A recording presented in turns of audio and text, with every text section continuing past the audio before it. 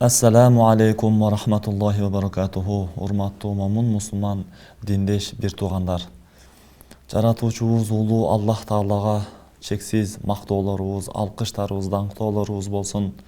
Аллах Тааланын бизге жөнөткөн эң акыркы элчиси, эң сүйүктүүсү, эң жакын пайгамбары Мухаммад Мустафа саллаллаху алейхи ва салламга, үй бүлө сахабаларына салам салаваттарыбыз болсун. Аллах Таала бул сабактарыбызды бардыгыбызга берекелүү кылсын, жугумдуу, пайдалуу кылсын. Угуп эле тим болбостон, же айтып эле тим болбостон өзүбүз дагы амал кылып, иш жүзүнө аткарып, бул олиялардын артынан жүрүп, эртең Аллах Тааланын алдына барганда ушул улуу олиялар менен сүйүктүү пайгамбарыбыз Мухаммад Мустафа саллаллаху алейхи ва саллам үй бүлө сахабалары менен бейиште улуу даражасында Фирдауста бирге жүргөн, түбөлүктүү бирге болгон бенделердин катарына кошкон болсун. Бүгүн сиздер менен олиялар баяны сабагыбыздын сиздер менен бүгүнкү сүйлөшө турган чоң олия Малик ибн Динар рахимахуллах туурасында сөз кылабыз. Бул улуу табииндерден болгон. Бул китепте Тазкиратул Аулия китебинде келген сөздөрдү жана бул китепте келбеген бир эки окуяларды сиздерге айтып бермекчибиз. Бул алым улуу олия Малик ибн Динар рахимахуллах. Бул Хасан Басри рахимахуллахтун досу болгон. Улуу бул алымдардын эң улууларынан болгон. Бардыгына белгилүү кереметтери бар эле дейт.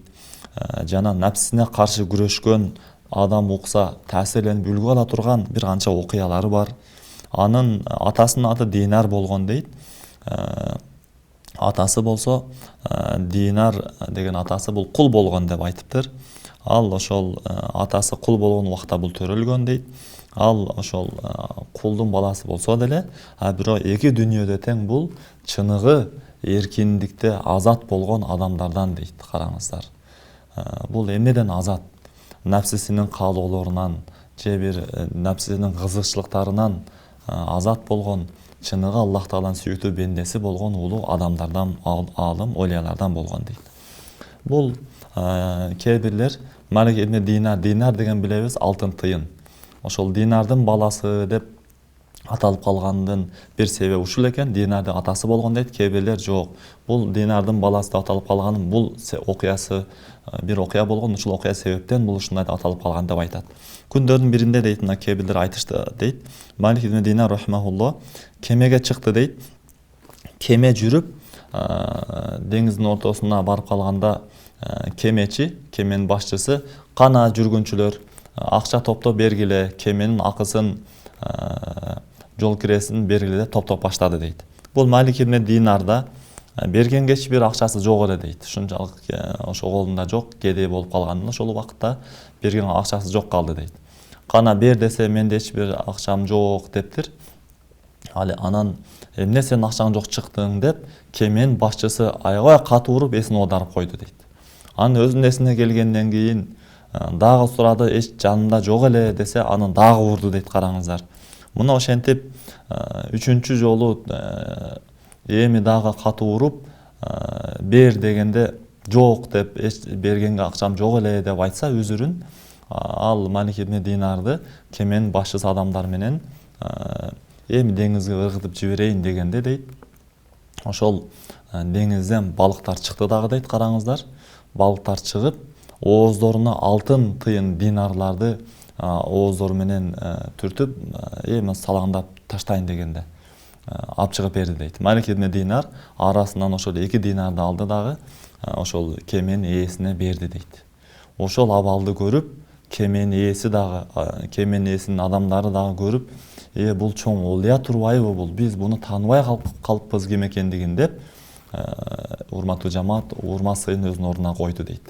Мына ошол окуядан кийин бул Динардын баласы, алтын тыйындын баласы деген ата конуп калган деген кээ бир сөздөрдү айтыптыр. Эми бул Малик ибн Динар рахимахуллахтун тобо кылып Аллах Таалага чыныгы жакын олия болуп кетүүсүнүн башталышындагы болгон окуяларды мындай деп айтыптыр. Тобо кылуусунун себептеринин бири дейт, бул Малик ибн Динар аябай кебетеси келишкен, ушунчалык сулуу, чырайлуу, сулуу сымбаттуу адам, бүт дене мүчөсү сонун болгон. адам болгон дейт. Сулуу адам болгон экен, мындайча айтканда. Дүнүйөнү сүйөт эле дейт, мал байлыкты сүйөт эле дейт. Дамаскта жашачу эле дейт. Дамаскта Муавия радиаллаху анху курган мечит бар эле. Ошол мечитке вакыф кылган бир канча көп нерселер, байлыктар бар экенине да. Ошол мечитке мен башчы болуп, ушул мечитке вакыф кылынган байлыктарга ээ болоюн деп, мечиттин башкаруучусу болоюн деген ниет менен ошол мечитте бир жыл этикафка отурду дейт, караңыздар.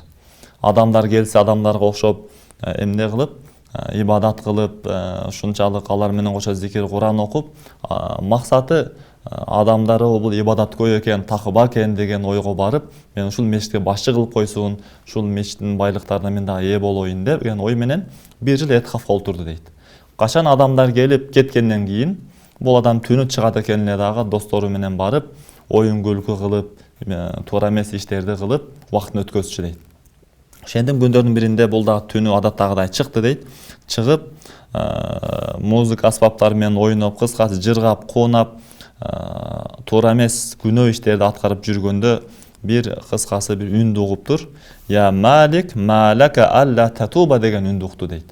Ошол бирөө ырдап атканча да ошол шергени ушундай бир үндү укту дейт да. О Малик, малака, сага эмне болду? Сен тоба кылбайсыңбы деген үндү кокустан, капыстан угуп калды дейт.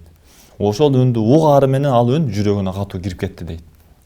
Ошол сөздү укканда, ошол күнөө кыла турган жаман оюн күлкү ошол үйдү таштап чыгып кетип калды дейт. Чыгып мечитке барып, түн ортосунда, түн бир окумда, о Аллахым, мени кечир. Мен дүнүйөнү каалап, адамдарга калп эле такыба адам болуп көрүнүп, жакшы ибадаткөй болуп көрүнүп, бир жыл этикафка олтурдум. Аллах, мен ыхлассыз өткөрүпмүн ушунча убактымды, мени кечиргин деп, Аллах, мени кечир, экинчи антпеймин, сага чындап ибадат кылайын эми деп, ошол түндү караңыздар, ибадат менен ыйлап, сыктап, тоба кылып өткөрдү дейт. Жана айтты дуасында, Аллахым, эми адамдар келип, караңыздар, адамдар келип, бул мечиттин башчысы бол десе дагы мен болбоймун, Аллахым. Мен ушунча убактымды мен рыя үчүн, Алла сен үчүн эмес, байлык, бийлик үчүн, элге үчүн, эл уксун үчүн мен ушундай кылдым. Баардык күнөөмө тоба кылдым деп, аябай катуу ыйлап сыктап ибадат кылып чыкты дейт. Эртеси менен караңыздар, Кудайдын каалоосу, жамаат топтолуп, мечитибизде бир кемчиликтүү жерлери чыгып калды. Ошол жерлерди оңдой турган, мечиттин ишин башкара турган бизге бир башчы керек, такыба, жакшы адамды биз башчы кылып алайлы деп сүйлөшсө, мечиттин жамааттын арасынан бирөө ошо Малик ибн Динар деген адам бар. Бул бир жылдан бери этикафта олтурат, такыба адам бул деп, ошонун атын сунуш кылды дейт. Баардыгы биригип, эртеси менен ошол шаардын адамдары топтолуп келди дагы дейт, чоңдору. О Малик ибн Динар, сен ушунча такыба адамсың, жакшысың. Бул мечиттин башчысы сени кылып коелук, мечиттин кемчиликтерин толтуруп карап жүр деп айтты дейт. Ошол сөздү укканда, бул Малик ибн Динар жүрөгүнөн аябай катуу таасирленип, Аллах Таалага мындай деп айтыптыр да, караңыздар. О Аллахым дептир, мен сага бул мечитке башчы болуу үчүн бир жыл ибадат кылдым, мен бул максатыма жетпедим дейт. А бирок ушул түндүн бир жарымында ыхлас менен катуу ибадат кылдым дейт. Сен болсо 20 адамды мага бул башчы болууну кабыл кылуум үчүн ортомчу кылып сен жөнөтүп атасың. Улуулугуңа касам, мен эч качан бул башчылыкты кабыл албаймын деди дагы мечиттен чыгып кетип калды дейт. Ошончалык аябай катуу болгон, ушунчалык чоң көп ибадаттар менен алек болду, нәпсине аябай каршы чыгып, ошондон кийин чоң алым олияга ибадаттарды көп аткарып жүрүп, чоң алым олияга айланды деп айткан экен, караңыздар. Хасан Басри деген мурун сабактарда өттүк, ошол олия менен бирге көп жүргөн экен. Ошентип ар бир иштери даанышмандуулуктан чыкпаган, ар бир абалдары бул жакта адамдарга үлгү боло турган чоң алым олияга айланды деп айтып урматтуу мусулман бир туугандар. Анан дагы окуяларында урматтуу мусулман бир туугандар, окуялардын биринде дагы мындай деп келет, урматтуу мусулман бир туугандарым. Бул олиялардын тоба кылуусунун бир канча себептери айтылат. Ошол себептердин биринде бул окуядагы дагы бир окуя айтылат. Ошол окуяны мен сиздерге айтып берип коеюн. Бул Малик ибн Динар рахмахулло башка бир ошол турган сөздөр келет. Ал эми кээ бирлер бул окуялар туура эмес деген пикирлерди айтышат. Албетте үлгү катары айтып коюштун эч бир зыянчылыгы жок болот. Мындай деп айтат бул окуяда. Мен дейт ибадатка көңүл бөлбөгөн, көп арак ичкен, туура эмес жолдо жүргөн адам болчумун дейт. Күндөрдүн биринде ошол үйлөнүүнү каалап, бала чакалуу болушту каалап эңседим дейт. Ошентип мен үйлөндүм, аялым мага кыз төрөп берди дейт. Мен ал кызымды аябай жакшы көрүп калдым дейт. Аны мен Фатима деп ат койдум. Кызым канчалык чоңойгон сайын мен жүрөгүмдө Аллага болгон жакындык күчөп жүрдү дейт. Кызым чоңойгон сайын күнөөлөрдү жек көрүп, Аллага жакындап ибадат кылайын деген ошол умтулуум ашып бара жатты дейт. Кызым качан мени идишти алып чөйчөк менен эми арак ичейин дегенде, кичинекей кызым келчү эле дейт, колума бир уруп, аракты төгүп таштайт эле дейт. Ушунчалык Фатима кызымды аябай жакшы көрөт элем дейт. Күндөр өтүп, жылдар өтүп, кызым 3 жашка чыкканда, кызым бул дүйнөдөн кайтыш болуп кетти дейт. Фатима кызымдын дүйнөдөн өткөнүнө өтө катуу өкүнүп, аябай катуу сыгылып дейт. Мен күнөөгө, кайра арак ичүүгө андан 5 бетер катуу кирип кеттим дейт. Себеби келген кыйынчылык балеге сабыр кылып чыдай турган момундун чыныгы сабырдуулугу менде жок эле дейт. Себеби чыныгы бекем ыймандуу боло элек болчумун дейт.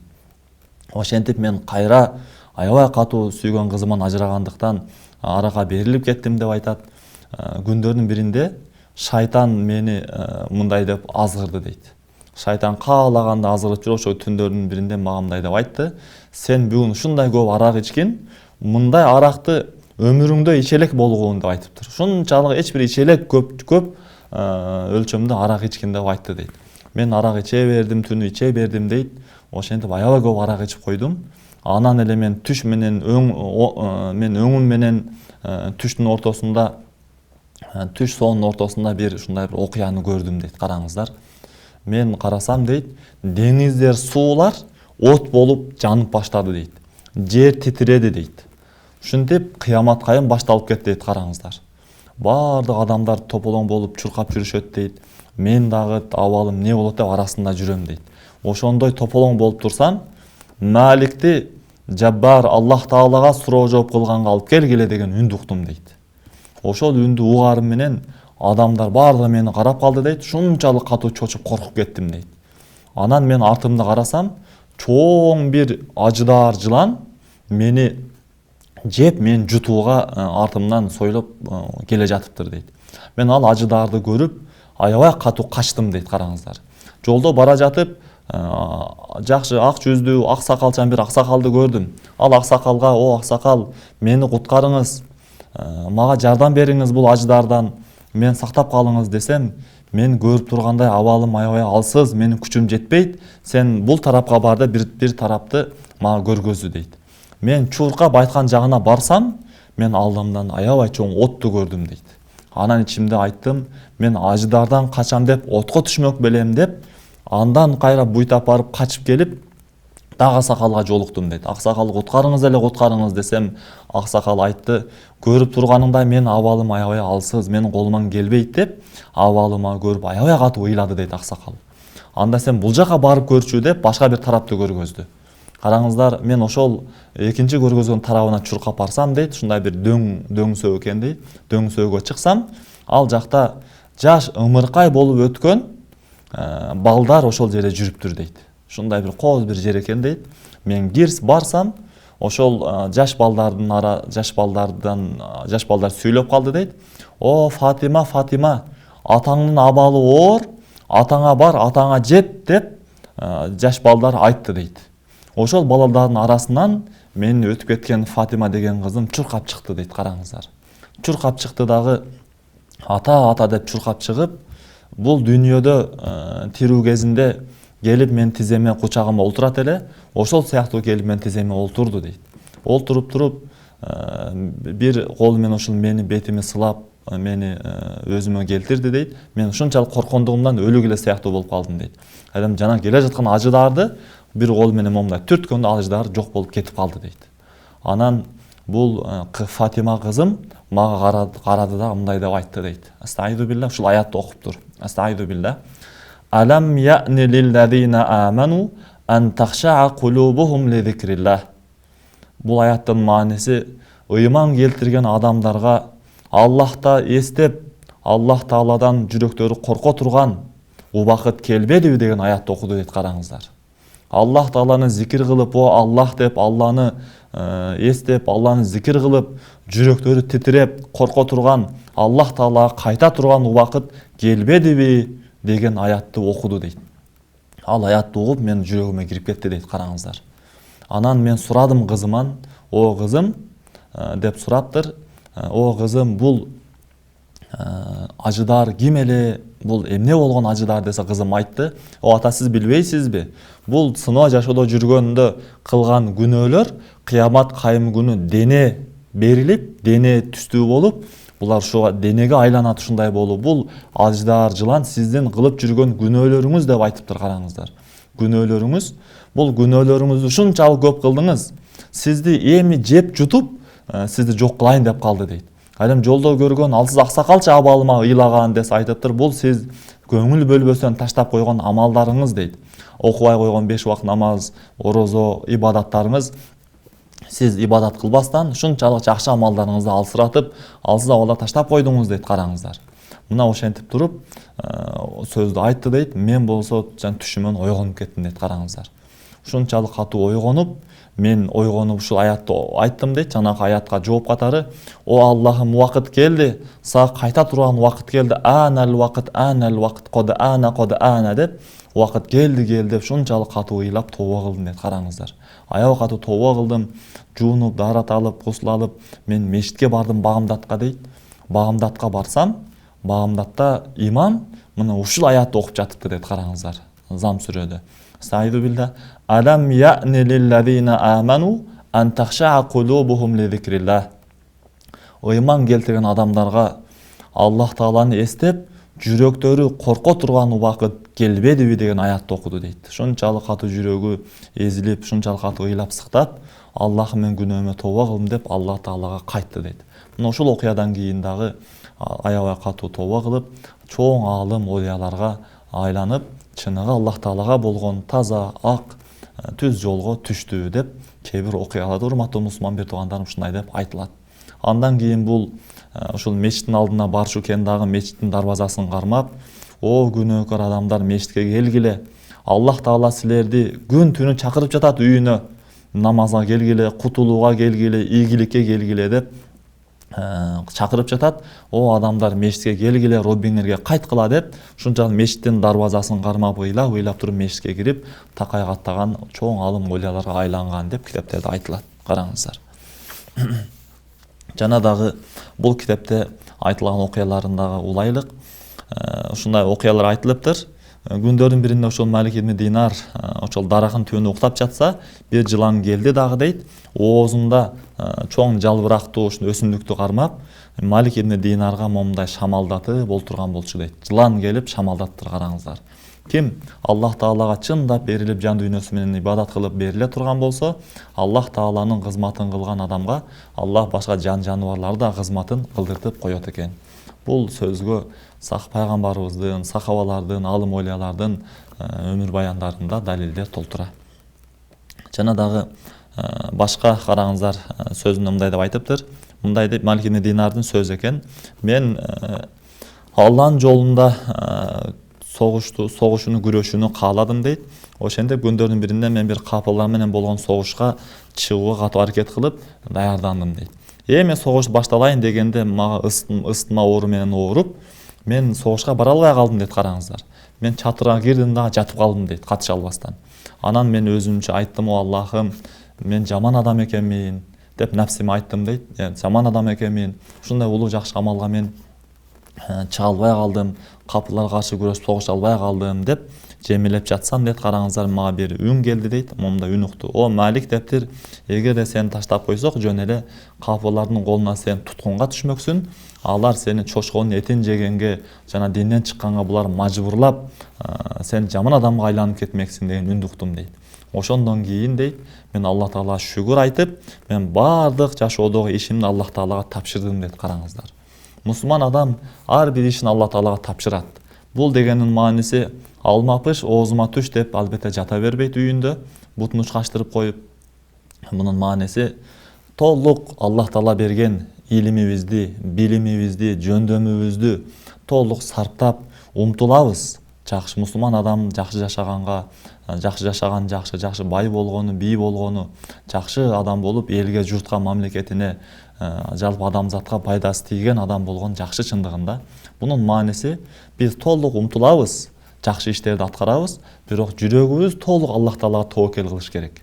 Бир ишти умтулуп кылып жүрүп жетпей калсак, ошол иш ишке ашпай калса, бул нааразы болуп, тагдырга нааразы болуп, Аллага жакпаган сөздөрдү айтып койбошубуз керек.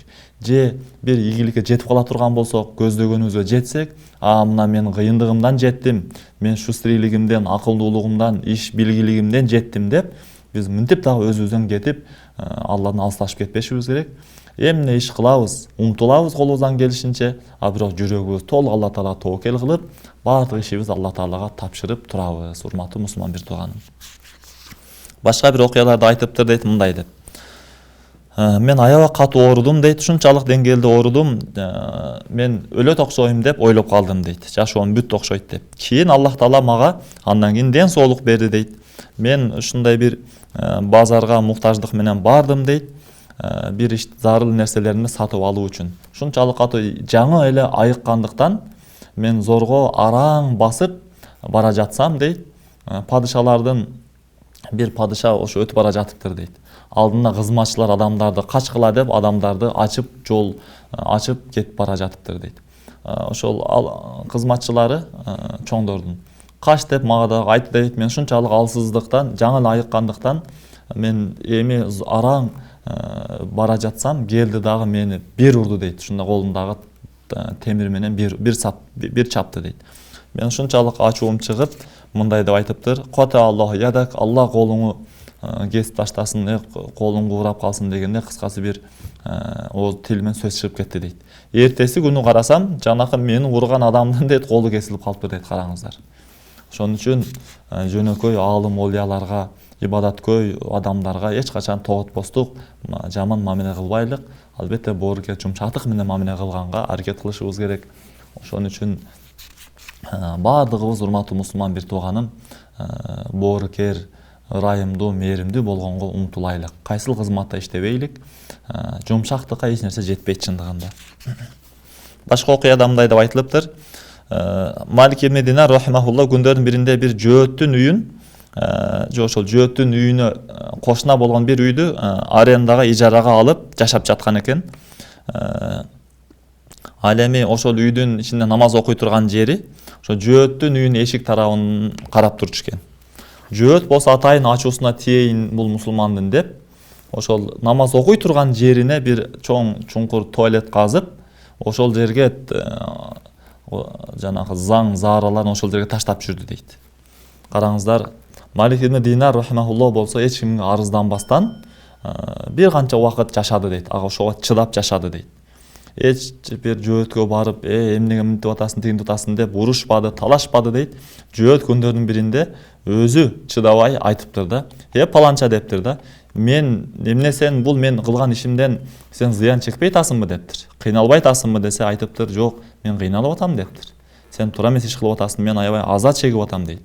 Анан эмне кылып атасың десе айтыптыр: "Качан сен келип ушуга кырк жаман нерселерди таштаганда, мен бир күрөк менен бир ошол замбарга, кыскасы идишке алып салып, башка жака ыргытып таштап атам" деп айтыптыр, караңыздар.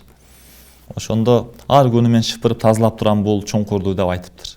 Жөөт айтыптыр: "Сен эмне ачууланбайсыңбы" дептир, ушул ишти кылып жатып. Малик ибн Динар айтыптыр: "Бала, жок, ачууланам. Бирок Аллах Тааланын ыраазычылыгы үчүн мен ачуумду мен жутамын" дептир. Себеби Алла Таала Куранда айткан деп бул аятты окуп турасыз, айду билла. "Вал казиминал гайза вал афина анин нас, валлаху юхиббул мухсинин." Жакшы такыба адамдар ачуусун жутушат дейт, жана адамдарды кечиришет. Аллах Таала жакшылык кылгандарды сүйөт деген аятты айтыптыр. Аллах ушинтип айткан: "Мен Аллах үчүн ачуумду жутуп атамын" деп айтыптыр. Бул сөздү угуп, Яхуди кылган ишине аябай катуу өкүнүп, Малик ибн Динардын колунда мусулман болду дейт, караңыздар. жакшы адеп аклагы менен бул жөөттү түбөлүктүү дозок отунан сактап мусулман болушуна себепчи болуп калды дейт. Күндөрдүн биринде Малик ибн Динар рахимахуллах аябай катуу ушунчалык каалоосу күчөп эт жешти каалап калды дейт. Ал бир канча жылдардан бери эт жей элек болчу дейт. Кыскасы барып олтуруп аябай катуу напсиси эт жешти каалап базарга түшүп бир шыйрак сатып алды дейт. Экөөнү шыйрак сатып алып анан бышырып анан өз үй жагына кетти дейт.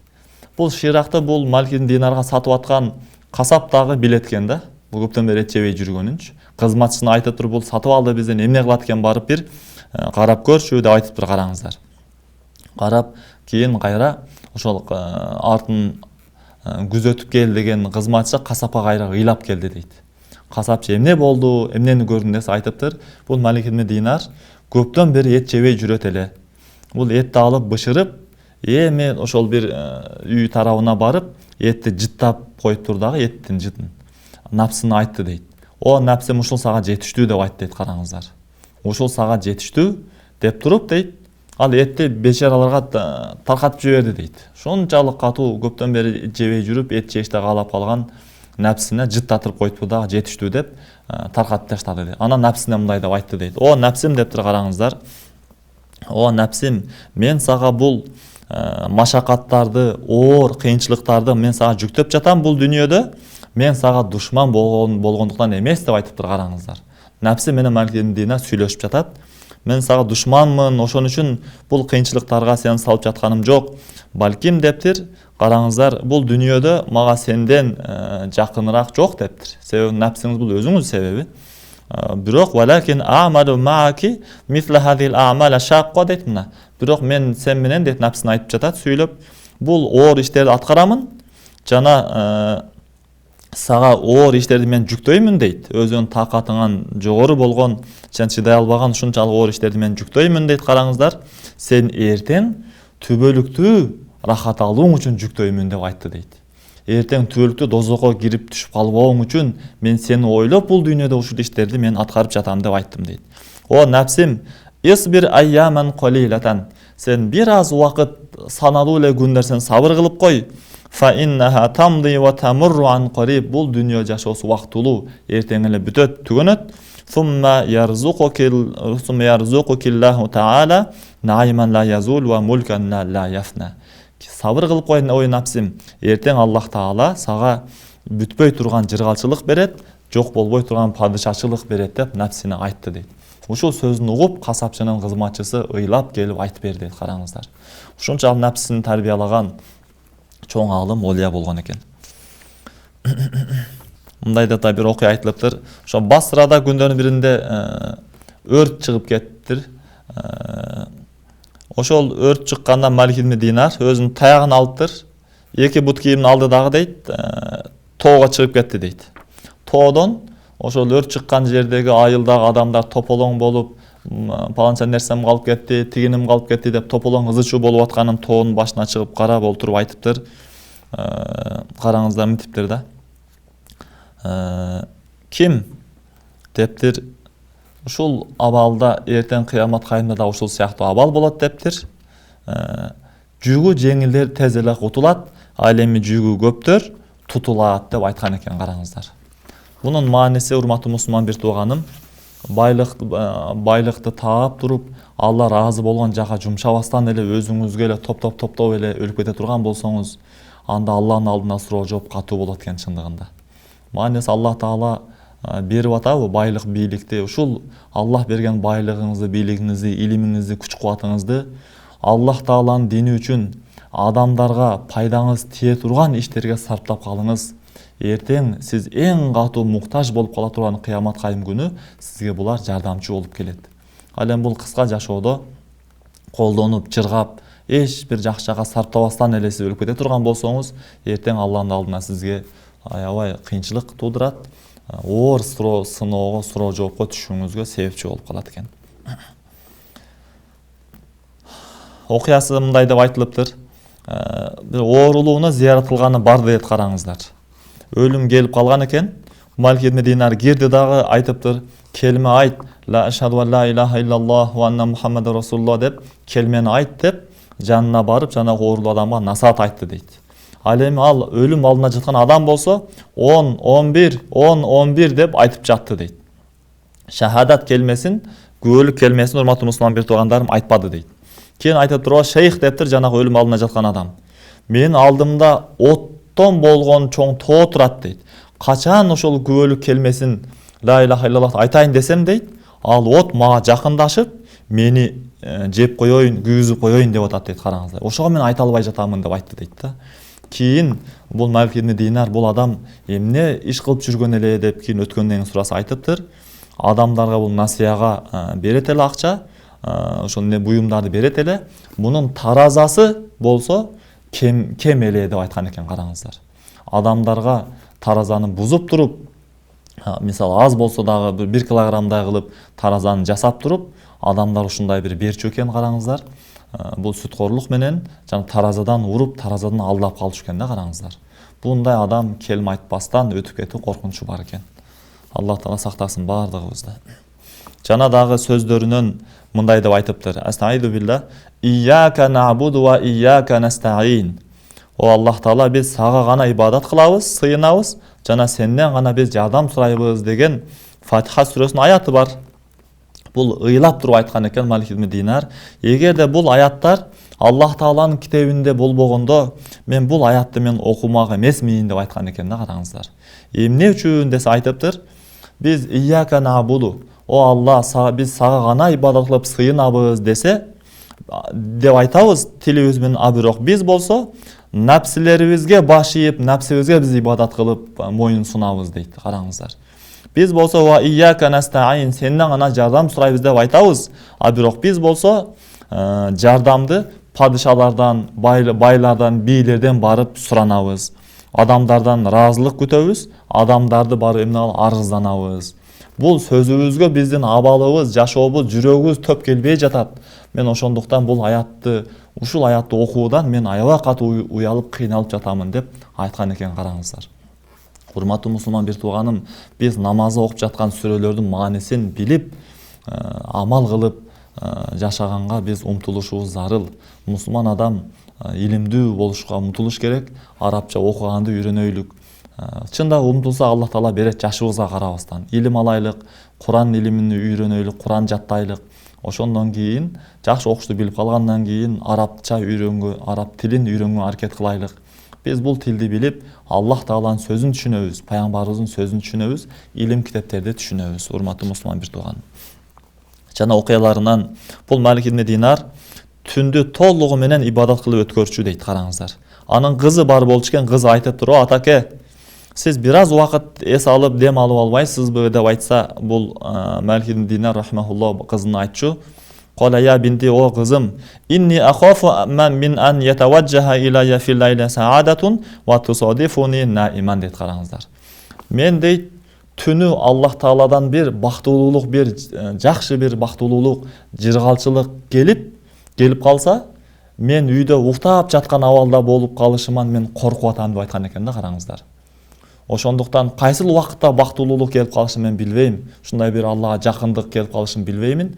Ошо келгенде мен уктап жаткан болсом, мен аябай катуу өкүнөм. Ошон үчүн мен түн уктабастан ибадат кыламын деп кызына ушундай жооп айткан экен, караңыздар. Албетте булардын мааниси ибадатка аябай булар бекем болушкан. Жана дагы окуяларынан бирөө айтты дейт. Кайфа анта, абалың кандай десе айтыптыр. Кайфа халу шахсан яакулу ризкар рахман ва юти'а шайтан. Айтыптыр, абалыңыз кандай деп сураса, Рахмандын, Аллах Тааланын ырысысын жеп, бирок шайтанга баш ийип жүргөнүн абалы кандай болсун деп айткан экен. Ушунчалык өзүн жемелеп, ибадат жакшы кыла албай жатамын деген ушундай бир жемелеп өзүн жүргөн чоң алым олия болгон экен. Дагы мечиттин эшигинде мындай деп айтыптыр. Эгерде мечиттин эшигине дарбазасына бирөө келип туруп дейт, мечиттеги адамдардын арасынан эң жаман адам чыгып кетсин деп айта турган болсо, бирөө дейт, менден алдын эч ким, караңыздар, чыкпайт деп айткан экен да. Ушу мечиттеги отургандардын арасынан Şu жыйындагылардын арасынан эң жаманыңа чыгып кеткиле десе, мен бир жерде туруп чыгып кетмекмин деп айткан экен.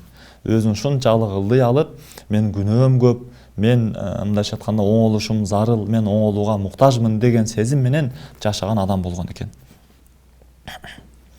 Жана дагы ошол күндөрдүн биринде бир аял келип туруп, бул Малик ибн Динарды аябай жаман бир ат менен чакырды дейт. О, баланча деп кыскасы аябай ыплас, жаман ат менен чакырды эле дейт. Малик ибн Динар ал аялга мындай деп жооп берди дейт. Ушунча жылдар бою эч ким менин чынык атымды билбеди. Мына сен менин чынык атым менен атадың деп айтты дейт. Караңыздар. Сен тааныдың мени деп айткан экен. Өзүн ушунчалык жөнөкөй алган, ушунчалык өзү чоң алым оля таква, бирок эч бир мен ибадат кылып койдум деп ибадатына менсибеген, мачыр кабаган, жөнөкөй өзүн алган чоң улуу алым оля болгон экен. Жана дагы сөздөрүнөн мындай деп айтыптыр.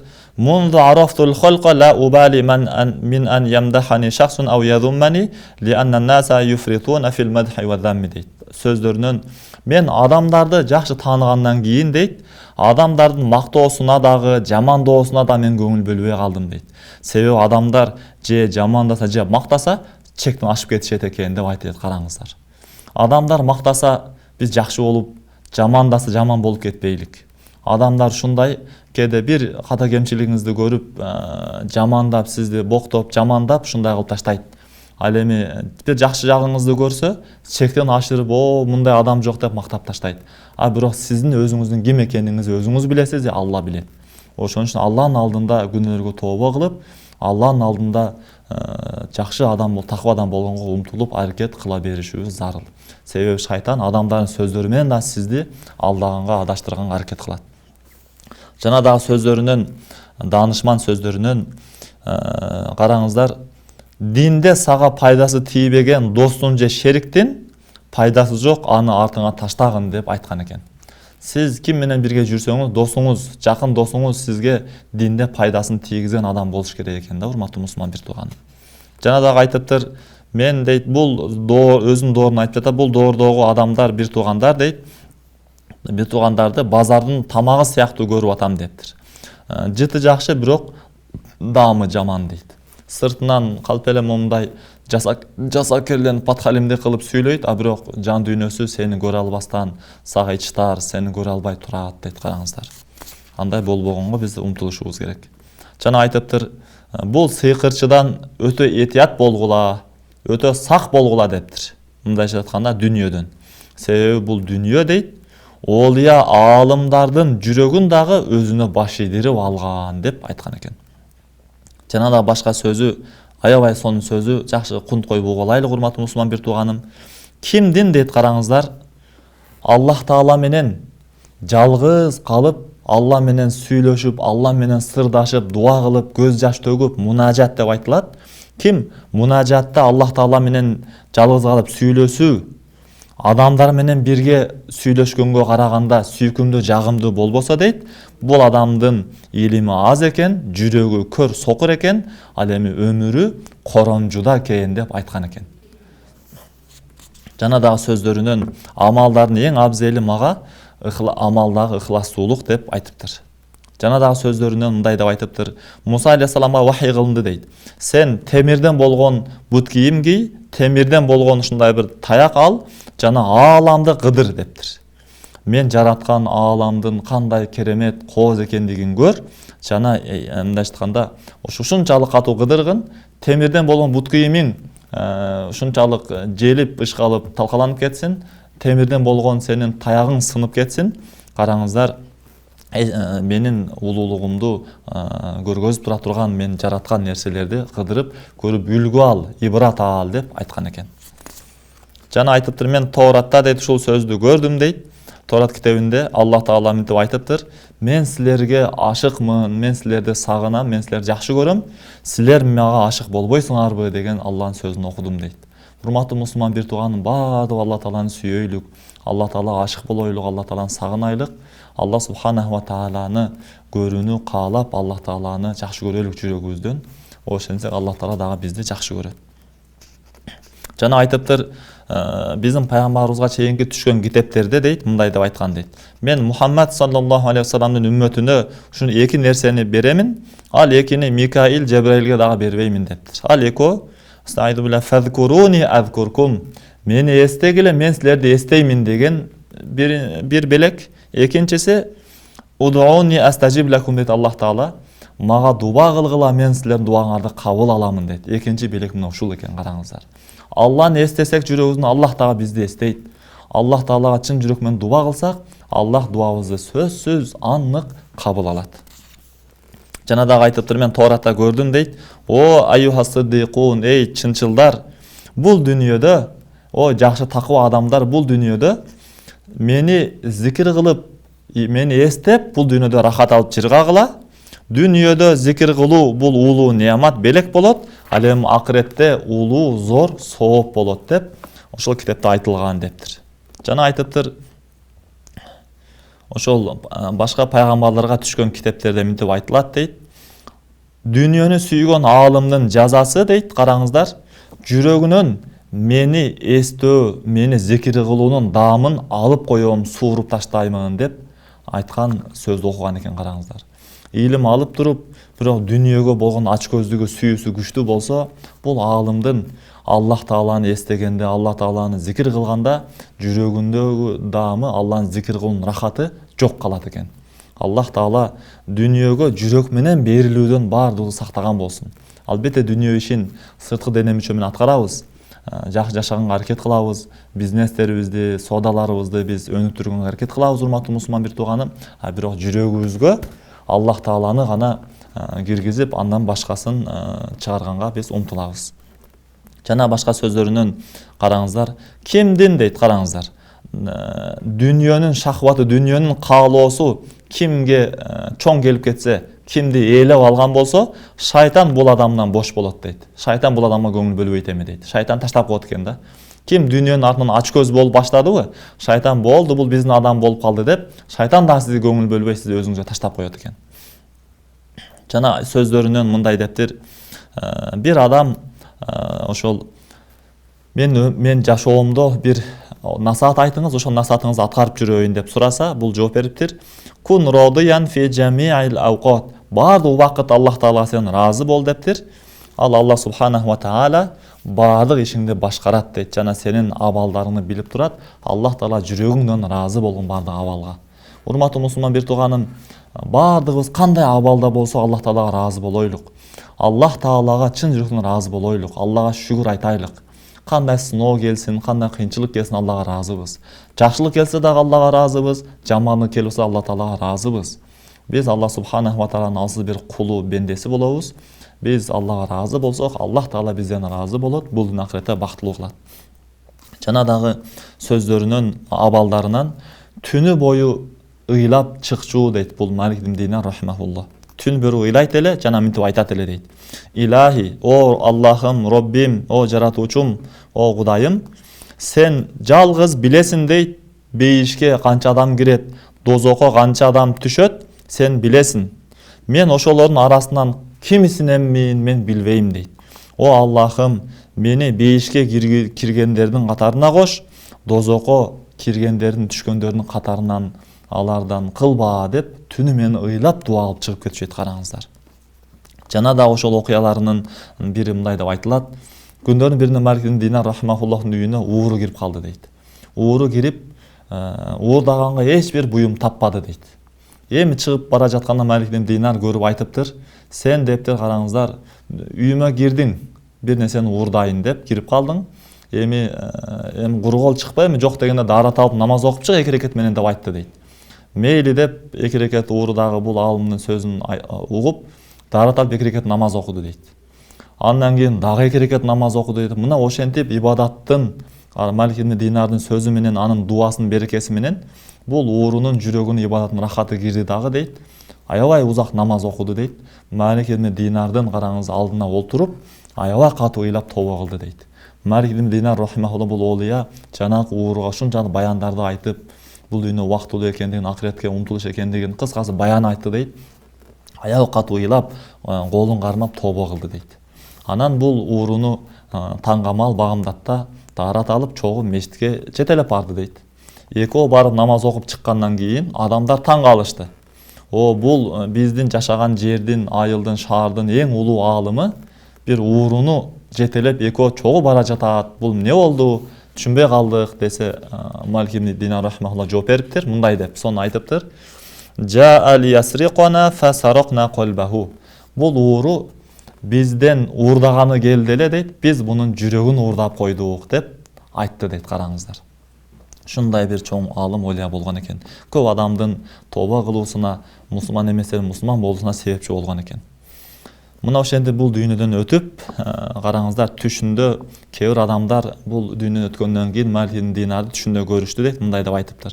Алла сизге эмне мамиле кылды десе, караңыздар, бул түшүндө айтыпты Малик ибн Динар: мен Аллах Таалага көп күнөөлөр менен бардым, бирок Аллах Таала мени дейт, менин Аллах Таалага болгон жакшы күмөнүмдүн себебинен Алла менин баардык күнөөмдү кечирип койду деп айтты дейт, караңыздар.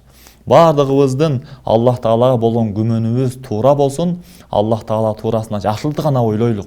Аллах күнөөмдү кечирет, өзүнө жакындаштырат, мага пайдалуу илим берет, бактылуу кылат деп жакшы күмөндө болойлук Аллах Таала туурасында. Жана дагы түшүндө бул алым өтүп кеткенден кийин көрүптүр кээ бирлер, кыямат кайым болуптур дейт. Адамдар бейишке кирип жатат дейт. Малик ибн Динар менен Мухаммад ибн Васиъ деген эки адам келди дейт, бейиштин дарбазасынын алдына дейт. Мен ичимден айттым дейт. Булардын кимиси биринчи бейишке кирет экен деп мен карап турдум дейт. Карасам, Малик ибн Динар биринчи кирип кетти дейт, караңыздар. Анан кийин Мухаммад ибн Васиъ кирди дейт. Мен таң калып сурадым. Мухаммад ибн Васиъ, мен ичимде ойлодум дейт. Мухаммад ибн Васиъ бул аалым, таква, илимдүү дагы адам болчу, неге бул кирип кетти деп сурадым дейт. Алар айтышты мага дейт. Бул дүйнөдө Мухаммад ибн Васиъден эки кийими көйнөгү бар болчу дейт. Ал эми Маликтин болсо бир эле кийими бар болчу дейт, караңыздар. Ушунун дагы айырмасы болуп калат экен. Алла субханаху ва таала бардыгыбызды күнөөбүздү кечирсин, бул дүйнө ахиретибизде абад кылсын. Ушундай бир чоң Алланын сүйүктүү бул жер бетинен жашап өткөн, чыныгы Алланын сүйүктүү бенделери, пайгамбарыбыздын сүйүктүү үммөтү болгон мындай аалымдарды ырайымына алып, биз бул аалым олиялардын сөздөрүнөн, окуяларынан таасир алып, биз дагы иншалла ушул сабактан кийин бул жашоого келген максатыбызды толук аткарып, бул жашоодо дагы жакшы таквачылык менен жакшы жашап, акыретте дагы бийик даражаларга чыга турган бенделеринен болушубузга ушул Аллах Таала окуяларыбыз, сабактарыбызды себепчи кылган болсун. Ассаламу алейкум ва рахматуллахи ва баракатуху. Урматтуу момун мусулман туугандар, аман болуңуздар.